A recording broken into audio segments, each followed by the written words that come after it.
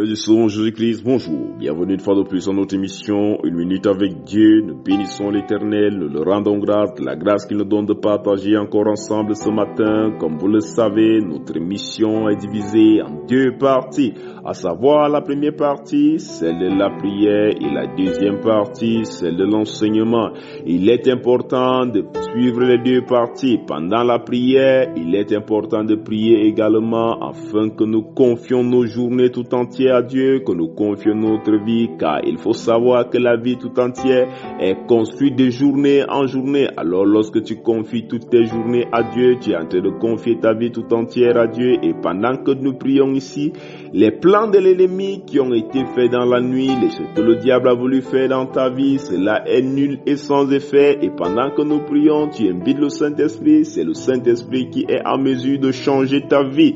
Et également l'enseignement, il faut finir la prière et écouter l'enseignement, car la Bible nous le dit, nous l'avons lu dans le chapitre précédent, qu'il est important de suivre la parole, car la foi vient de la parole, la foi vient de ce qu'on entend, et ce qu'on entend, c'est la parole de Dieu.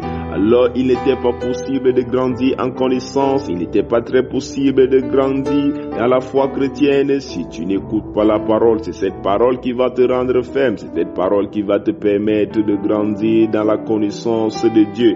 Alors, comme d'habitude, prends une position, celle qui te semble la plus humble possible, et prions ensemble afin de confier notre journée à Dieu.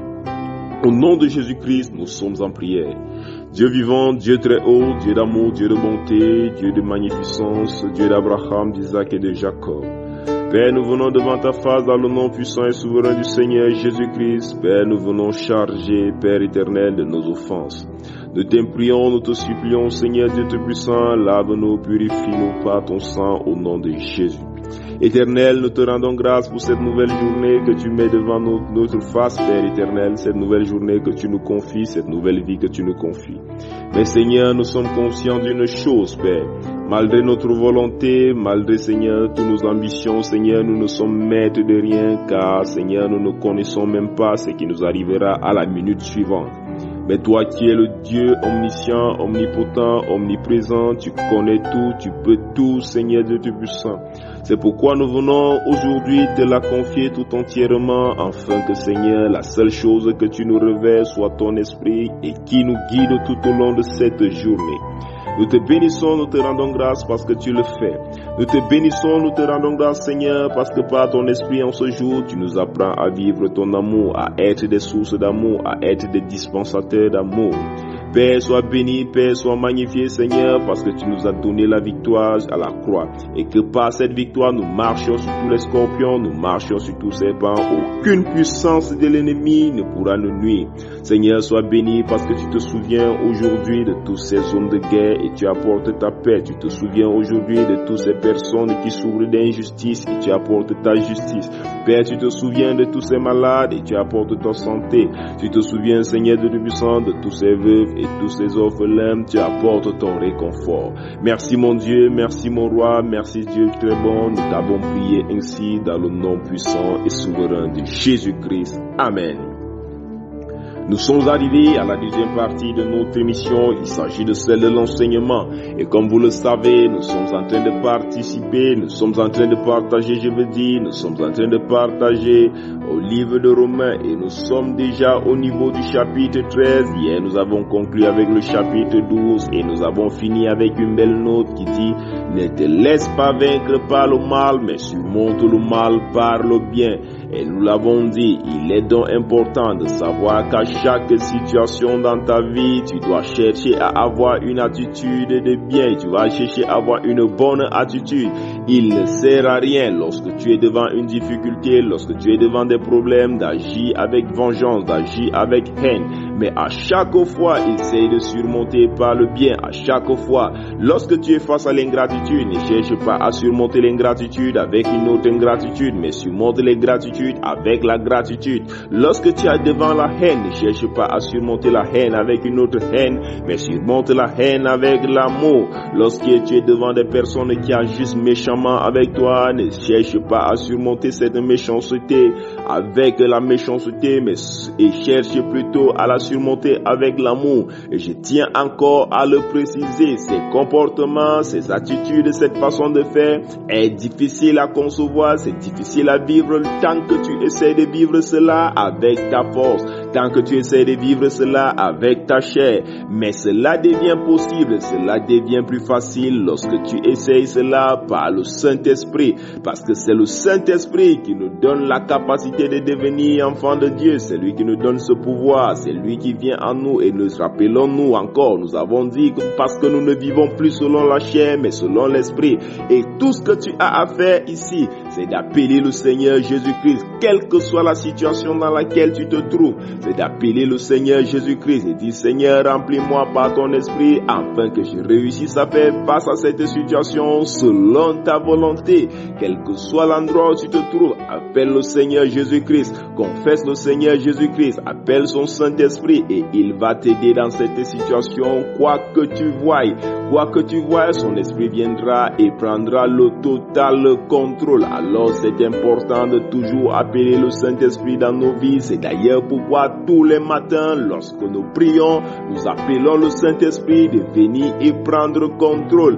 Parce que rappelons-nous d'une chose, la Bible dit que lorsque tu feras la volonté de Dieu, l'Éternel viendra et vivra avec toi. Ainsi, lorsque tu veux faire la volonté de Dieu, si tu l'appelles, il vient, il vit avec toi et tous ensemble, vous vous mettez à faire la volonté de Dieu. Parce que tout au fond, ce n'est plus toi qui vis, mais c'est le Christ qui est en toi, c'est le Saint-Esprit qui est en toi, qui fait toutes choses.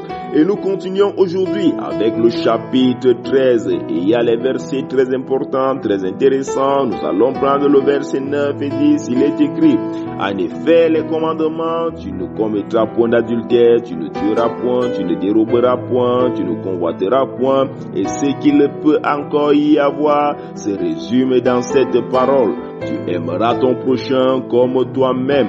Oh, nous voyons ici encore l'amour. L'amour, le verset 9 nous dit: tout commandement, tout ce que tu essayes de faire dans la société, tout ce que tu essayes de faire dans la vie se résume à aimer ton frère comme toi-même. Ainsi, si ce que tu cherches en fond, si ce que tu cherches en premier, c'est manifester l'amour, il ne te sera pas possible de vivre dans les adultères, de vivre dans les fornications, je veux dire, de vivre dans tout autre péché qui te mène au malheur de ton frère. Parce que regarde, si tu aimes ta femme, si tu aimes ton conjoint, si tu aimes ton mari avec sincérité, il n'était pas possible de le tromper, donc de vivre l'adultère. Si tu aimes même ton ennemi, il n'était pas possible de tuer, parce que tu aimes même ton ami. Si tu aimes tous ceux qui sont autour de toi, si tu aimes celui qui réussit, la convoitise ne passera pas à côté de toi. C'est pourquoi la Bible aimerait que nous vivons une vie d'amour. Le verset 10 va nous le dire plus clairement. Il va dire: l'amour ne fait point de mal à son prochain. L'amour est dans l'accomplissement de la loi. Nous voyons ainsi la meilleure façon de respecter la loi, la meilleure façon de respecter les commandements de Dieu, c'est de vivre l'amour.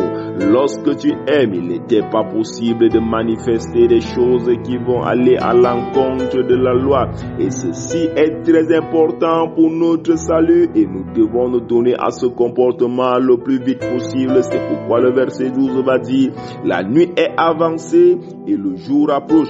Dépouillons-nous des œuvres des ténèbres et revêtons les armes de la lumière. Et l'amour, c'est l'arme de la lumière par excellence. La Bible dit donc de te presser à vivre cet amour. Et je te le répète encore, pour arriver à cela, il faut que tu vives une vie de prière, que tu vives une vie de la recherche de la parole, en invitant le Saint-Esprit dans ta vie. Le verset 14 va dire: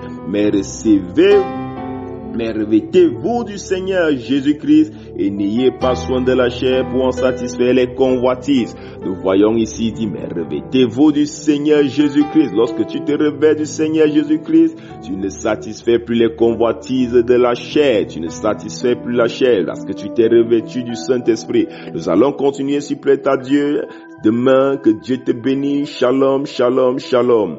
Nous bénissons également nos frères et sœurs qui envoient des témoignages. Si toi également, pendant les prières quotidiennes, pendant la prière de vendredi, tu as reçu une visitation, une guérison, envoie ton témoignage. Si ta vie avec Dieu s'est améliorée, envoie ton témoignage au 6 96 44 12 73. Si tu es hors du Cameroun, il faut d'abord mettre plus 237.